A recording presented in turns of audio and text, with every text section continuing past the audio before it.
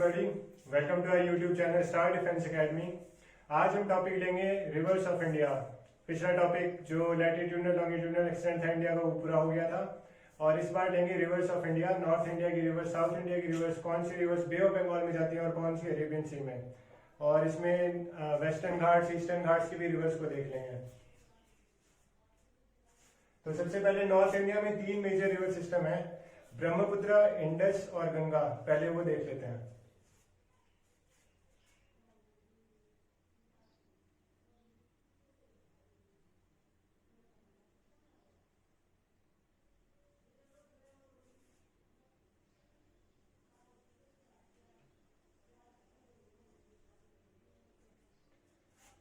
तो यहाँ पे एक लेक है बहुत फेमस, मानसरोवर लेक।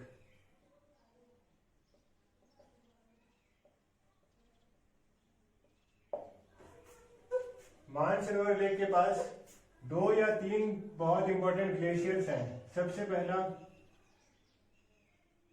नाम थोड़ा याद करने वाला है, बोकार चू। इसका अगर इंग्लिश में मीनिंग देखें तो वो होता है लायंस माउथ, यानी शेर का मुंह। यहां से निकलती है इंडस रिवर। इस तरफ एक छोटा लेक है रक्कस, RAKAS, यहां से निकलती है सतलुज। और यहां पे एक और ग्लेशियर है जिसका नाम है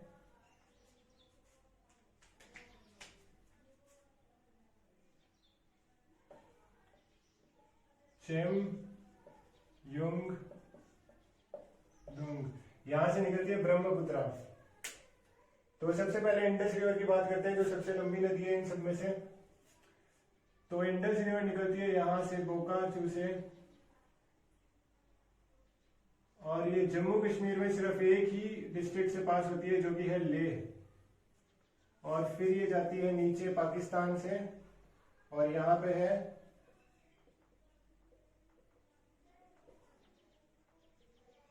अरेबियन सी। अब इसकी ट्रिब्यूटरीज कितनी है ये सब देख लेते हैं।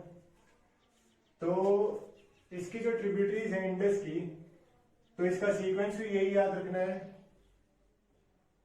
झेलम, चिनाब, रावी, व्यास और सतलुज। नॉर्थ से लेके साउथ में इनका सीक्वेंस भी यही है।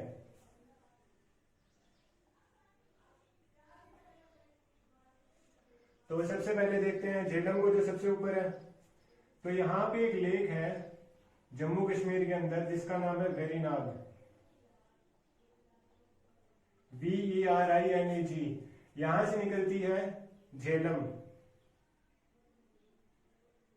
और झेलम की 2-3 स्पेशल बातें हैं। जो वर्ल्ड फेमस वैली है कश्मीर की, वो कश्मीर की वैली इसी झेलम नदी के पास है। साथ में जो वुलर लेक है, इंडिया का सबसे जो बड़ा फ्रेश वाटर लेक है, वो भी इसी नदी के पास है, जो कि है झेलम। अगली जो नदी है वो है चिनाब। तो चिनाब की एक बात याद रखनी है कि एक नदी आती है चंद्र और एक आती है भागा। तो चंद्र और भागा जहां पे मिलती हैं वहां से शुरू होती है चिनाब नदी, और वो चिनाब जाके मिल जाती है आगे इसी झेलम नदी में। इसके बाद अगली नदी है रावी।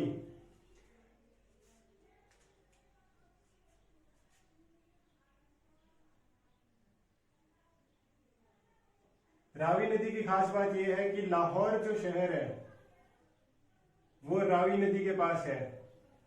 और यहां पे एक जो सिविलाइजेशन थी, एंशिएंट सिविलाइजेशन, यानी मोहनजोदारो,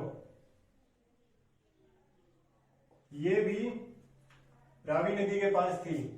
तो ये जितनी भी पहले की एंशिएंट सिविलाइजेशन थी, ये हमेशा पानी के पास होती थी। जैसे इंडस वैली सिविलाइजेशन थी जहां से इंडिया और पाकिस्तान बने, और ये मोहनजोदारो थी, ये रावी नदी के पास थी। और इसके नीचे है 20 कुंड नाम की एक जगह है जहां से 20 नदी निकलती है। और ये जो यहां से सतलुज निकलती है और ये जो कुल्लू है हिमाचल प्रदेश में, Kullu hills, famous hill station भी है कुल्लू मनाली, वहां से निकलती है हमारी रावी नदी। और ये जो 20 कुंड से है, यहां से निकलती है 20 नदी, ये है सतलुज। अब इसमें याद रखने वाली छोटी सी बात ये है कि जो 20 है ये पहले सतलुज में जाती है और फिर सतलुज आगे बढ़ जाती है। सतलुज यहाँ से आती है रक्कस लेक से, एंटर करती है यहाँ पे हिमाचल प्रदेश में, और ये दोनों जहां पे मिलते हैं वहां पे एक डैम है हरिके, HARIKE, यहाँ पे डैम है। और जो फेमस भाखड़ा नंगल प्रोजेक्ट है वो भी सतलुज नदी पर ही है यहाँ पे। और फिर ये आगे मिलती हैं झीलम। तो यहाँ हुआ क्या, चिनाब और ये जो रावी नदी थी ये दोनों आके मिल गई यहाँ पे झेलम के अंदर, और फिर झेलम नीचे आके मिल गई सतलुज के अंदर, और सतलुज फिर फाइनली जाके मिल जाती है इंडस से। तो ये पांचों जो नदी हैं जो इसकी ट्रिब्यूटरीज है इंडस की, वो यहाँ पे मिलती है पाकिस्तान में, एक जगह है मिठानकोट। मिठानकोट में मिलती है और फिर ये नदी फाइनली अपना वाटर ड्रेन करती है अरेबियन सी में। तो ये कुल मिला के जो पूरा इंडस रिवर सिस्टम है वो हो गया। और इंडस वाटर ट्रीटी हुई थी 1960 में। इंडस वाटर ट्रीटी के अकॉर्डिंग इंडस का 80% जो पानी है वो जाएगा पाकिस्तान के पास, और 20% जो पानी है वो इंडिया के पास। इस 20% का इस्तेमाल कहाँ पे करते हैं हम, इरिगेशन के लिए, यानी सिंचाई। इरिगेशन कौन से स्टेट्स में होगी, तो हरियाणा, पंजाब और राजस्थान। तो ये थी इंडस रिवर पूरी। इसमें ये सीक्वेंस याद करना है, सबसे पहले झेलम, चिनाब, रवि, व्यास, सतलुज, और फिर यही इनका नॉर्थ टू साउथ इनका ओरिएंटेशन है। यहाँ से वेरीनाग से निकलती है, चंद्र और भागा मिलके बनती है चिनाब, चिनाब आगे जाके मिल जाती है झेलम में, कुल्लू से निकलती है रावी, और फिर यहाँ 20 कुंड से निकलती है व्यास, और व्यास फिर आगे मिल जाती है सतलुज में जो रक्कस लेक से शुरू होती है। यहाँ पे हरिके है 20 और सतलुज के मर्जर पे, फिर ये आगे बढ़ती है और आगे जाके झीलम इसमें मिल जाती है यहाँ पे। और फिर जब ये सतलुज फाइनली इसमें अपना वाटर ड्रेन करती है, इस जगह का नाम है मिठानकोट। तो ये थी आपकी इंडस रिवर सिस्टम। आप पढ़ लेते हैं गंगा के बारे में।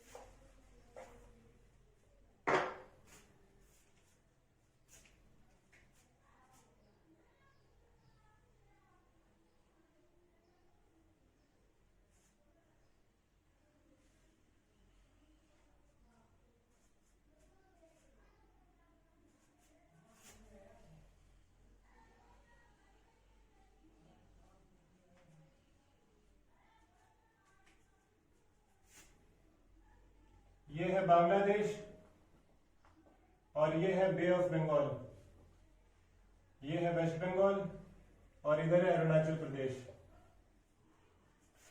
तो सबसे पहले यहां पे ग्लेशियर है जिसका नाम है गंगोत्री। यह है उत्तराखंड में, उत्तराखंड का बॉर्डर है यहाँ पे, और ये है यहां तक नेपाल, और ये ऊपर है हिमाचल प्रदेश, ये है जम्मू कश्मीर। गंगोत्री के ऊपर एक और है उत्तरकाशी में ही एक और ग्लेशियर, उत्तरकाशी डिस्ट्रिक्ट है उत्तराखंड का। इसके ऊपर एक और ग्लेशियर है जिसका नाम है यमुनोत्री। तो ये 3 ग्लेशियर हो गए। सबसे पहले गंगोत्री से एक रिवर निकलती है। अब गंगोत्री से गंगा नहीं निकलती है, ये बात ध्यान रखनी है। गंगोत्री से निकलती है अलकनंदा,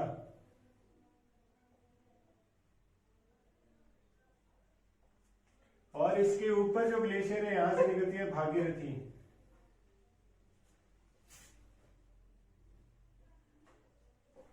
जब भागीरथी और अलकनंदा एक दूसरे से मिलती हैं तब यहां पे फिर ये जो आगे नदी निकलेगी इसको बोलेंगे हम गंगा,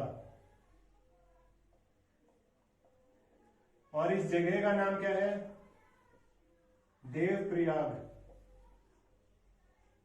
ये उत्तराखंड में ये जगह देवप्रयाग, यहाँ पे पिलग्रिमेज का भी स्थान है, ये काफी लोग मानते हैं इसको। देवप्रयाग में जब अलकनंदा और भागीरथी मिलती है तो वो आगे जाके गंगा बन जाती है। गंगा के किनारे कौन कौन से शहर बसे हुए हैं? तो एक फेमस शहर है कानपुर। कानपुर को मैनचेस्टर ऑफ इंडिया भी बोलते हैं। कानपुर टेक्सटाइल सिटी भी है इंडिया की। फिर ये गंगा चली जाती है आगे। अब गंगा की सबसे जो इंपॉर्टेंट ट्रिब्यूटरी है वो है यमुना। यमुना आती है यमुनोत्री से, और यमुना के किनारे बहुत इंपॉर्टेंट सिटीज है इंडिया की। सबसे पहली तो कैपिटल ही है दिल्ली, तो दिल्ली जो शहर है वो यमुना के किनारे है। फिर नीचे है मथुरा, मथुरा के नीचे एक और इंपॉर्टेंट सिटी है वो है आगरा। ताजमहल जो है वो बिल्कुल यमुना जो है ताजमहल के बिल्कुल पीछे से बहती है। फिर ये आगे जाके मिल जाती है गंगा में, और ये जो जगह है इसको बोलते हैं प्रयागराज, जिसका पहले नाम इलाहाबाद था। इसका नाम बदल दिया गया अभी थोड़े टाइम पहले ही। प्रयागराज इसका नाम है, और यहाँ पे जो यमुना है वो गंगा से मिलती है।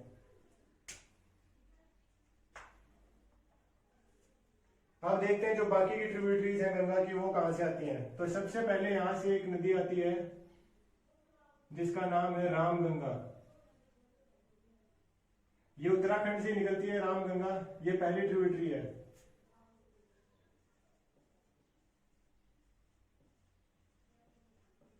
और ये निकलती कहां से है? गढ़वाल हिल्स, उत्तराखंड। यहां से निकल के ये मिल जाती है गंगा के अंदर। फिर नेपाल से एक नदी निकलती है जिसका नाम है काली। काली नदी के दूसरे नाम भी हैं जैसे सरयू। सरयू नाम आपने रामायण में सुना होगा। रामायण में इसका नाम मिलता है सरयू, क्योंकि जो अयोध्या का शहर है वो इस सरयू नदी के पास है। अयोध्या जो उत्तर प्रदेश में है वो काली नदी या सरयू नदी के, या फिर इसको शारदा भी बोलते हैं। शारदा इसका नाम नेपाल में है, और ये ओरिजिन भी नेपाल में ही होती है, और यहाँ पे आके ये मिल जाती है गंगा के अंदर। फिर इसकी दो और नदियां आती हैं यहां से ही। पहली आती है घाघरा,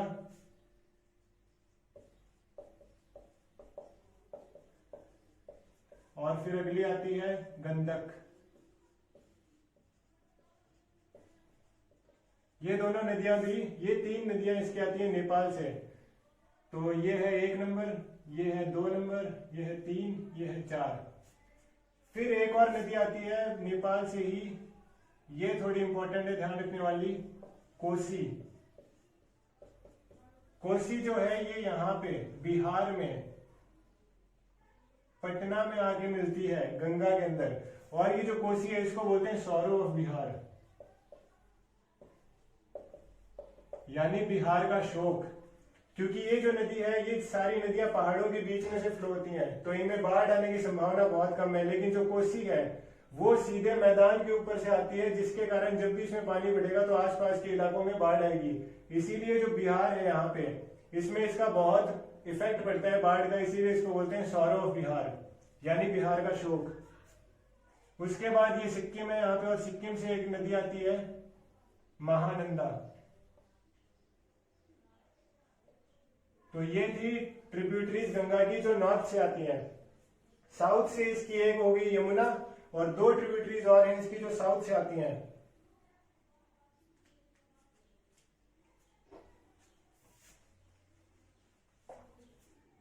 सबसे पहली तो है यहां पे अमरकंटक। अमरकंटक हिल्स जो हैं ये विंध्याचल रेंज के हिल्स हैं, और यहां से एक नदी निकलती है जिसका नाम है सोन। बिहार में एक जगह जिसका नाम है आरा, या अर्रा भी बोलते हैं इसको, यहां पे आके मिल जाती है इससे। गंगा जब आगे जाती है और ये वेस्ट बंगाल में एंटर करती है, तो वेस्ट बंगाल की कैपिटल है कोलकाता, और गंगा यहाँ पे जाती है बांग्लादेश से और फिर बे ऑफ बंगाल में। अब कोलकाता कैपिटल है तो इसको ज्यादा पानी की जरूरत है, लेकिन गंगा यहाँ से जा नहीं रही, तो गंगा से यहाँ से एक ट्रिब्यूटरी निकाली हमने डैम बना के, जिसका नाम है हुगली। जो कोलकाता का हावड़ा ब्रिज है वो इसी फेमस हावड़ा ब्रिज है वो हुगली नदी पे ही है, ताकि इसकी जो वाटर नीड्स है वो पूरी हो सके। अब यहां से छोटा नागपुर प्लेट्यू नाम की एक जगह है, यहां से निकलती है दामोदर नदी, इसको बीच में से काटती हुई और यहाँ पे इस हुगली में जाके मिल जाती है। ये है दामोदर और ये है सोन। और दामोदर जब इसको दो हिस्सों में काट देती है तो ऊपर वाला जो है ये है हजारीबाग प्लेट्यू और ये है रांची प्लेट्यू। तो इसकी टोटल ट्रिब्यूटरीज कितनी हो गई? 6 ट्रिब्यूटरीज तो ऊपर से हो गई, 4 तो हो गई नेपाल की, ये रामगंगा और लास्ट में महानंदा। तो 1 2 3 4 5 6 ट्रिब्यूटरीज तो हो गई नॉर्थ से, और यमुना, सोन, दामोदर, ये 3 ट्रिब्यूटरी हो गई साउथ में। तो ये था टोटल जो गंगा का रिवर सिस्टम है इंडिया से। तो ये मेन जो स्टेट्स हैं वो है उत्तर प्रदेश, बिहार और वेस्ट बंगाल। और जब गंगा यहां पे आती है बांग्लादेश में, तब इसका नाम हो जाता है पद्मा, और फिर ये चली जाती है बे ऑफ बंगाल में। तो ये था पूरा गंगा रिवर सिस्टम, इसकी सारी ट्रिब्यूटरीज भी देख ली। और ये जो यहाँ पे 3 हिस्सों, इसको 2 हिस्सों में डिवाइड किया है, इसको बोलते हैं फरका डैम। और दामोदर जो है, इस पे है एक दामोदर मल्टीपर्पज प्रोजेक्ट, ताकि जो वेस्ट बंगाल के आसपास के जो यहाँ पे सिटीज है उनमें पानी पहुंचाया जा सके, इस दामोदर मल्टीपर्पज प्रोजेक्ट से। तो ये थी पूरी गंगा रिवर सिस्टम। अब एक रिवर सिस्टम और है नॉर्थ में जो कि है ब्रह्मपुत्रा की, वो भी देख लेते हैं अभी।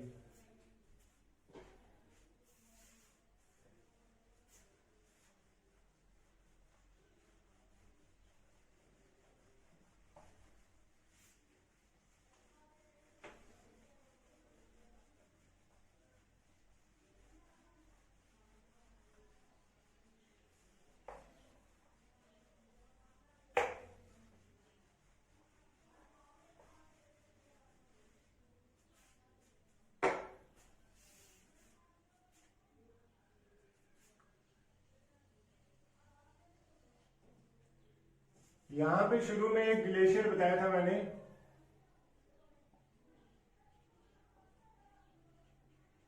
चेमयंगडुंग, ये तिब्बत में, चाइना में है ये ग्लेशियर, और मानसरोवर लेक के पास ही है ये भी। यहां से नदी निकलती है एक ब्रह्मपुत्रा, लेकिन इसको ब्रह्मपुत्रा नहीं बोला जाता यहाँ पे इसका नाम है सांगपो। सांगपो का अगर हम मतलब देखें हमारे इंग्लिश में, तो उसको बोलते हैं द प्योरीफायर, यानी जो शुद्ध करती है किसी चीज को। जो तिब्बत का प्लेट्यू है वो काफी सूखी जगह है, यहाँ पे बारिश भी बहुत कम होती है, जिसके कारण पानी की अवेलेबिलिटी बहुत कम है। तो ये इकलौती यहाँ पे नदी है काफी दूर में, इसलिए इसको यहाँ पे द प्योरीफायर बोलते हैं। फिर ये आगे जाती है और यहाँ पे सीधी जाने की बजाय यूं मुड़ जाती है। इसका कारण क्या है? जैसे कि अगर 2 पहाड़ियां आ गई तो वो नदी हमेशा यूं मुड़ जाएगी, वो पहाड़ के ऊपर से नहीं जा सकती। तो यहाँ पे जो कि डीप गॉज आ जाता है, तो फिर ये मुड़ जाती है इंडिया की तरफ, और जैसे ही इंडिया में आती है तो इसका नाम हो जाता है दिहांग या फिर दिभांग।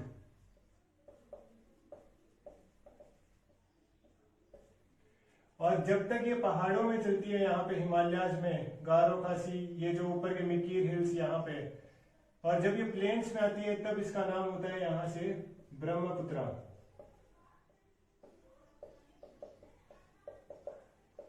एक बात याद करने वाली है, यहाँ पे एक है मांजुली आइलैंड, ये दुनिया का सबसे बड़ा रिवर आइलैंड है। रिवर आइलैंड का मतलब, आइलैंड तो सबसे पहले वो हो गया जिसके चारों तरफ पानी हो और बीच में जगह हो।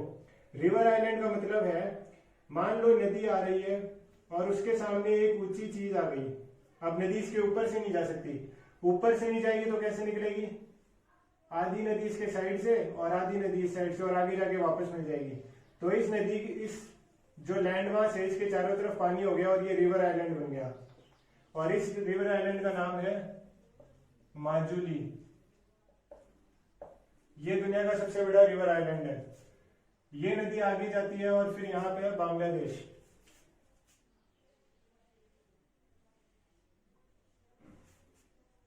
बांग्लादेश में इसका नाम हो जाता है जमुना। और यहां से गंगा आई थी जिसका आगे नाम हो गया था पद्मा। और ये इसमें जाके मिल जाती है पद्मा में और ये चली जाती है बे ऑफ बंगाल में। तो ये थी ब्रह्मपुत्र रिवर। तो नॉर्थ इंडिया की जो 3 सबसे बड़े रिवर सिस्टम थे वो हो गए कंप्लीट। अब साउथ इंडिया की देख लेते हैं।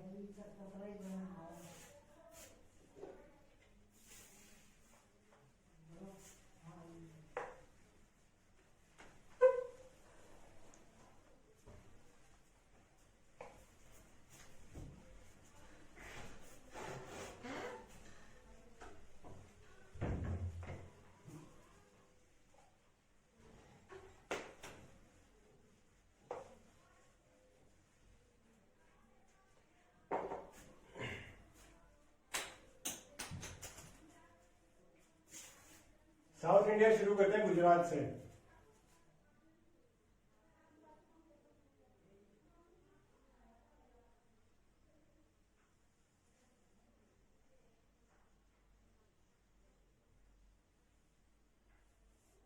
इधर बे ऑफ बंगाल है, इधर अरेबियन सी है।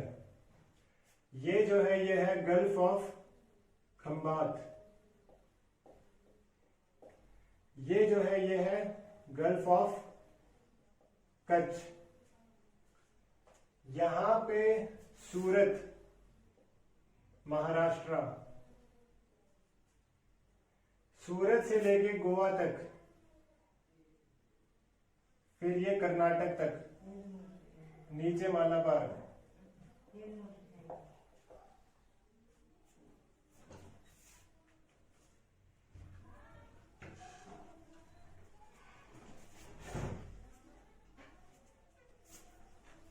यह है कोरोमंडल।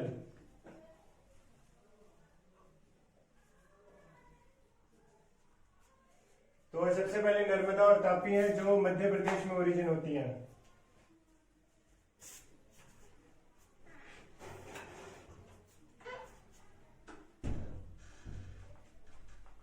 अमरकंटक हिल से हमने एक गंगा की ट्रिब्यूटरी निकाली थी जो थी सोन।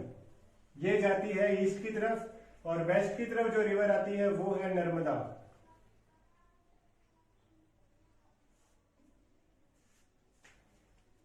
नर्मदा के ऊपर जो है वो है विंध्यांचल, विंध्यान रेंज। और नर्मदा की जो नीचे है वो है सतपुड़ा। तो इन दोनों पहाड़ों के बीच में से निकलती है नर्मदा। अमरकंटक जो कि विंध्यांचल का ही रेंज है, ये पार्ट अमरकंटक हिल्स विंध्यांचल का ही है। और यहां से आती है नर्मदा और ये जाती है गल्फ ऑफ खंबात के नीचे और यहाँ अरेबियन सी में अपना पानी ड्रेन करती है। एक खास बात नर्मदा की है कि जो वेस्टर्न कोस्ट की जितनी भी रिवर्स हैं वो कभी डेल्टा नहीं बनाती। डेल्टा यानी जब पानी नीचे आता है समुद्र की तरफ तो कोगुलेशन और प्रेसिपिटेशन की वजह से वो चारों तरफ फैल जाता है जिसके कारण डेल्टा बन जाता है। जितनी भी ईस्टर्न कोस्ट की रिवर्स हैं वो सब डेल्टा बनाती हैं, लेकिन जो वेस्टर्न घाट्स हैं उनमें कोई डेल्टा नहीं बनता। यहां पे एक जगह है बेतुल, बेतुल हिल्स। बेतुल हिल से निकलती है तापी रिवर। तापी रिवर जाके वही अरेबियन सी में अपना पानी डाल देती है। नर्मदा के बारे में एक चीज याद रखना, यहाँ पे है सरदार सरोवर डैम। सरदार सरोवर डैम में 4 स्टेट्स इंक्लूड है। 4 स्टेट्स कौन कौन से हैं? राजस्थान, महाराष्ट्र, मध्य प्रदेश और गुजरात। इस तरह लिख देता हूं, महाराष्ट्र, राजस्थान, मध्य प्रदेश और गुजरात। सरदार सरोवर डैम। तो राजस्थान की अगर बात करें तो एक इसकी कनाल, नर्मदा कनाल भेज दी जाती है जालोर और फिर वो जाती है जैसलमेर तक। ये तापी रिवर हो गई।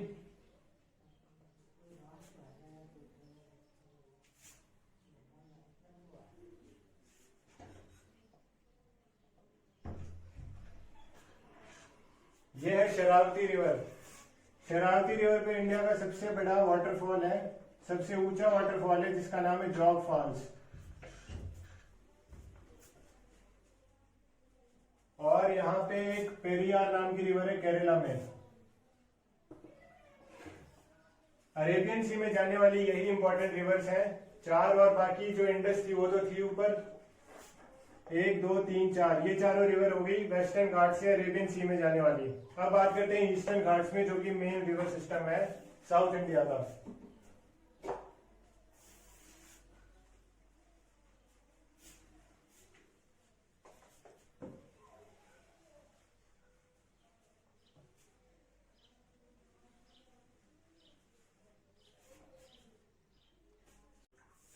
तो अब बात करते हैं ईस्टर्न घाट्स की।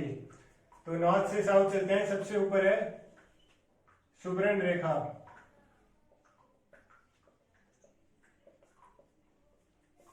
सुब्रन रेखा के नीचे है ब्रह्माणी, ब्रह्माणी के नीचे है महानदी,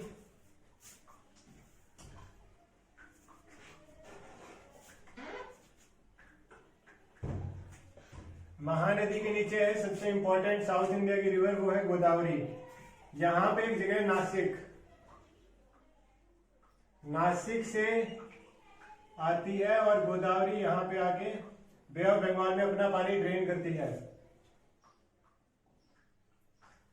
गोदावरी साउथ इंडिया की सबसे लंबी नदी है और सबसे बड़ी डेल्टा बनाती है, और इसका बेसिन जो है वो भी सबसे बड़ा है पेनिनसुलर इंडिया में। इसीलिए गोदावरी का कंपैरिजन करते हैं गंगा से, और इसको बोलते हैं दक्षिण गंगा।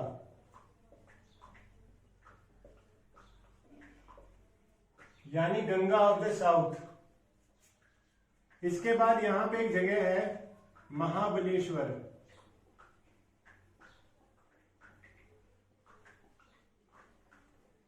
महाबलेश्वर पहाड़ी से निकलती है कृष्णा रिवर,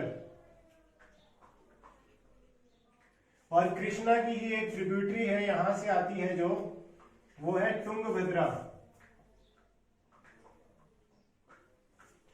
यहां जो गोवा है, गोवा में दो इंपॉर्टेंट नदियां आती हैं। तो एक नदी इसमें इंपॉर्टेंट है मांडवी। मांडवी नदी अभी करंट अफेयर्स में भी थी थोड़े कुछ महीने पहले। ये गोवा की नदी है। और यहां पे फिर एक लास्ट में इंपॉर्टेंट रिवर आती है, वो है कावेरी। तो ये इसमें सीक्वेंस याद रखने वाला है, सुब्रन रेखा, ब्रह्माणी, महानदी, गोदावरी, कृष्णा, कावेरी। और यहां पे एक नागार्जुन डैम है,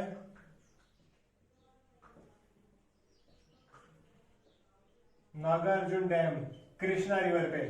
तुंगभद्रा इसी की ट्रिब्यूटरी है।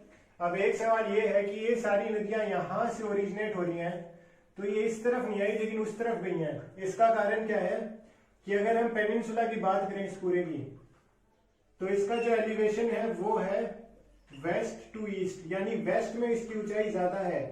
अगर यहाँ पे बारिश बहुत ज्यादा होगी तो यहां से नदी शुरू होगी और ईस्ट की तरफ जाएगी और बे ऑफ बंगाल में अपना पानी ड्रेन करेगी। अगर हम इन टोटल देखें इंडिया की सारी रिवर्स का, तो 77% जो पानी है वो बे ऑफ बंगाल में जाता है, और जो रिमेनिंग 23% है वो आता है अरेबियन सी में। इसीलिए सलाइनिटी ज्यादा होती है अरेबियन सी में, क्योंकि यहाँ पे फ्रेश वाटर जो है वो कम आ रहा है, यहाँ पे फ्रेश वाटर ज्यादा आ रहा है, इसीलिए यहाँ पे सलाइनिटी पानी की कम होती है। तो ये थी रिवर्स ऑफ इंडिया। इसमें सारी रिवर्स कंप्लीट होगी इंडिया की। अगली बार देखते हैं, कोई और टॉपिक ले लेंगे।